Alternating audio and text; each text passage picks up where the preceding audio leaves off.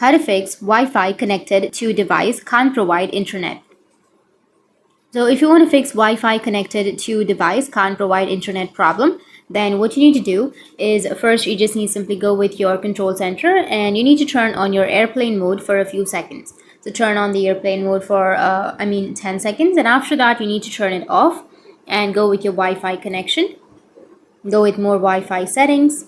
Go with the settings icon which is on the right side. Scroll down, go with auto connect and make sure that your auto connect is turned on. And after that you need to go and change the DNS.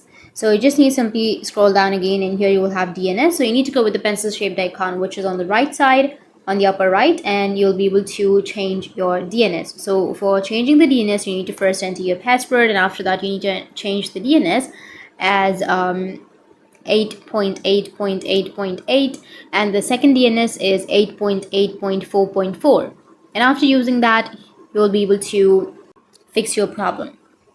You can go back and then restart your device, and after restarting your problem will be fixed. So that's it, and if you have any questions feel free to comment below. Thanks for watching.